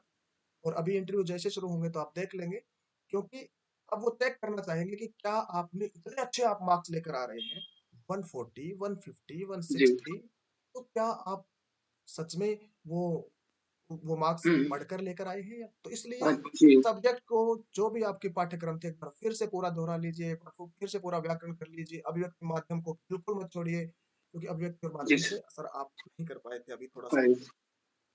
हाँ, आई कांटेक्ट का उन्होंने बताया, ये शुरुआत में हुआ था एकदम से झिझक की वजह से, जी। और ये फेस टू फेस जब होगा तो जिन व्यक्ति ने आपसे सवाल पूछा है, ये सभी के लिए है, सिर्फ सर के लिए ही नहीं है, जो वीडियो देखेंगे उन लोगों के लिए भी है, कि जिन व्यक्तियों ने आपसे सवाल पूछा है पैनल में, उनके अलावा भी बाकी लोगों को देखकर आपको जवाब देना है। आपको वो जी। सहज करेंगे, लेकिन आपको सबसे ज्यादा सहज आप खुद कर पाएंगे। कोई भी पूछ जी। रहा है तो आप अंदर से अगर स्थिर हैं तो कोई दिक्कतें ही नहीं होती बाहर की चीजों की। ये थे अपने आपके गुण और सुधार की चीजें, बाकी ज्यादा चीजें यहाँ रही नहीं। हाँ, एक चीज आई थी, एक उदाहरण दिया था सर ने, तो मैं अपने व्यूवर्स को बता दूं कि बाबा रामदेव का जिस तरह जो उदाहरण दिया वो, क्योंकि अभी बताया कि डॉक्टर सर्वपल्ली राधाकृष्णन ने कहा कि हमें विदूषक बनना पड़ता है, तो हंसी मजाक में जी। जब कोई चीज समझानी होती है तो हमें बताना होता है। हमारी 12वीं में एक पाठ है, कैमरे में बंद अपाहिज, अब अपाहिज शब्द का प्रयोग कहाँ कर सकते हैं, हम नहीं कर सकते, लेकिन वहां कर रखा है, तो हम बच्चे को बताते हैं हाँ, कि बेटा कवि दिव्यांग, साहित्यिक हाँ, कवि। कि बेटा जी। दिव्यांग शब्द का प्रयोग हम करेंगे। तो ये इसीलिए कि हम उस बात को समझाने के लिए वही चीजें हमें लानी पड़ती हैं, तो इसलिए अब हास्य की बात है तो थोड़ा सा, तो हम बहुत रेस्पेक्ट करते हैं बाबा रामदेव का, और बाकी सभी हमारे जो जी। भी पूर्वज हैं, हमारे बड़े लोग हैं, सभी का बहुत रेस्पेक्ट करते हैं, लेकिन उदाहरण के तौर पर। और वो लोग तो इन चीजों को अदरवाइज नहीं लेते, तो बड़े लोग हैं, बड़े लोगों की खासियत यही है कि जी। वो अदरवाइज नहीं लेते। हाँ, शिक्षा दर्शन से संबंधित सवाल भी पूछे गए थे, तो अपना शिक्षा दर्शन आप तैयार करके लेकर जाएंगे, टीचिंग फिलोसफी आप सभी लोग तैयार करके लेकर जाएंगे कि मेरी टीचिंग फिलोसफी, और उसमें मैं शब्द का प्रयोग बहुत ज्यादा होगा, और ये ईगो नहीं है, ये अहंकार नहीं है, करना ही पड़ेगा जी। मैं शब्द। मेरी टीचिंग फिलोसफी ये है, मैं ऐसा सोचता हूँ, मैं ये करता हूँ, करना ही पड़ेगा, यही करना चाहिए। और एनईपी 2020 पे सवाल बहुत कम हम पूछ पाए, एनईपी 2020 पे भी जी। आपसे सवाल पूछे जाएंगे। हाँ, इसके अलावा आज के इस साक्षात्कार में इतना ही। आप देखते रहिए लगातार हमारे साक्षात्कार। अगर आपको किन्हीं और विषयों से संबंधित कुछ जानकारियां चाहिए तो हमें बताइए। बहुत जल्द मेरी इच्छा है कि मैं अपना एक वीडियो बनाऊं ऐसा, जिसमें बहुत सारी चीजें, हम इतने सारे इंटरव्यू पैनल के लोगों से मिले हैं और इतने सारे लोगों ने इंटरव्यू दिया है, तो कुछ चीजें तैयार हो चुकी हैं कि अब उनका एक वीडियो बनाया जाए 30, 35, 40 मिनट का, ताकि सबका भला हो। आप सभी को बहुत बहुत धन्यवाद। अब जी। हम यहाँ पे थैंक यू आप सभी लोगों को। घनश्याम सर, गाइडेंस के लिए जी बहुत सर, बहुत एक धन्यवाद। एक एक आखिरी चीज रह गई, सॉरी, आखिरी हाँ चीज ये बोलो। कि हमारे बहुत बहुत कम समय मिला हमारे विनोद सर को, और वो जी। तुरंत जुड़ गए। विनोद सर का बहुत बहुत धन्यवाद। ठीक उसी तरह अंकिता मैम से कल बात हुई थी, और बहुत बिजी शेड्यूल है, 7 बजे हमें शुरू करना था, और हम देखो कितना सारा टाइम हो गया। अंकिता मैम, विशेष धन्यवाद आपको। और हमारे विजेता मैम और रश्मि मैम, इस समय दोनों बहुत बिजी है, बड़ी मुश्किल से महीने में 1 सेकंड शनिवार आता है जब हमारी छुट्टी होती है। दोनों को जी। विशेष धन्यवाद। आपको भी, आप सभी को बहुत सारा धन्यवाद। और हमारे दीपक सर और अनमोल सर और बाकी लोग भी जो जुड़े थे, अभी चले गए क्या मैम, उन सभी को बहुत बहुत धन्यवाद। आप सभी देखने वालों को भी बहुत बहुत धन्यवाद। मैं कभी नहीं कहता लाइक करें, शेयर करें, सब्सक्राइब करें, नहीं, वो अभी भी नहीं कहूंगा, लेकिन वीडियो देखते रहिए, अपना फायदा करते रहिए। घनश्याम सर, जी सर।